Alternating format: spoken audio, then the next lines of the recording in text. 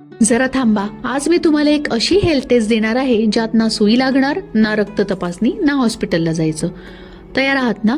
मग एक पटकन पेन घ्या, पेपर घ्या. नियम अगदी सोपा आहे.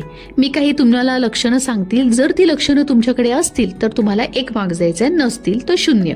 पण एक अट आहे, फक्त मार्क्स मोजू नका, कारण प्रत्येक लक्षणामागे कोणतं विटामिन किंवा कोणतं मिनरल कमी आहे मी हे या व्हिडिओमध्ये सांगितलं आहे.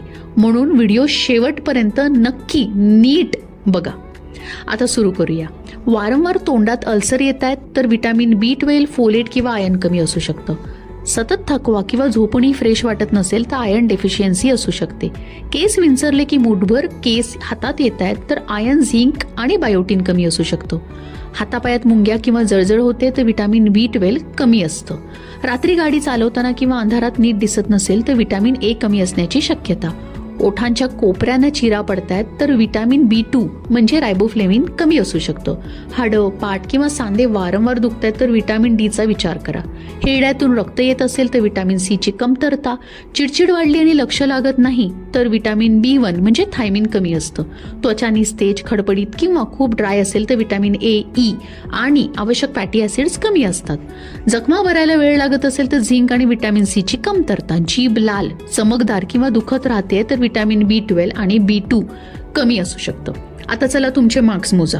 0 ते 2 मार्क्स आलेत तुम्हाला तर छान. 3 ते 5 आले आहेत तर तुमचं शरीर हळूच सांगते माझ्याकडे थोडंसं लक्ष दे. 6 ते 8 मार्क्स तर आता शरीराचे सिग्नल दुर्लक्षित करू नका. 8 पेक्षा जास्त मार्क्स असतील तर शरीर एकाच वेळी अनेक ठिकाणाहून SOS पाठवत आहे असं लक्षात ठेवा. पण एक महत्वाची गोष्ट, ही टेस्ट निदान नाही, फक्त शरीराने दिलेली काही संकेत ओळखण्याचा मी एक सोपा प्रयत्न इथून केला आहे. अनेक लक्षणं जुळत असतील तर योग्य तपासण्या आणि डॉक्टरांचा सल्ला घ्यायला विसरू नका. आणि लक्षात ठेवा, आरोग्य फक्त गोळ्यांमध्ये नसतं. अनेकदा उत्तर आपल्या रोजच्या साध्या जेवणात, घरगुती आहारात, डाळीत, भाजीत, फळांमध्ये, पारंपरिक आहारात असतं. म्हणून माझे इतर व्हिडिओ आणि विशेषतः फूड फॅक्ट फ्रायडे बघायला विसरू नका. आणि आता कमेंटमध्ये सांगा तुमचा डेफिशियन्सी स्कोअर किती आला आणि तुम्हाला सर्वात जास्त कोणती लक्षणं जाणवतात. तोपर्यंत निरोगी राहा, खात राहा आणि आनंदी राहा.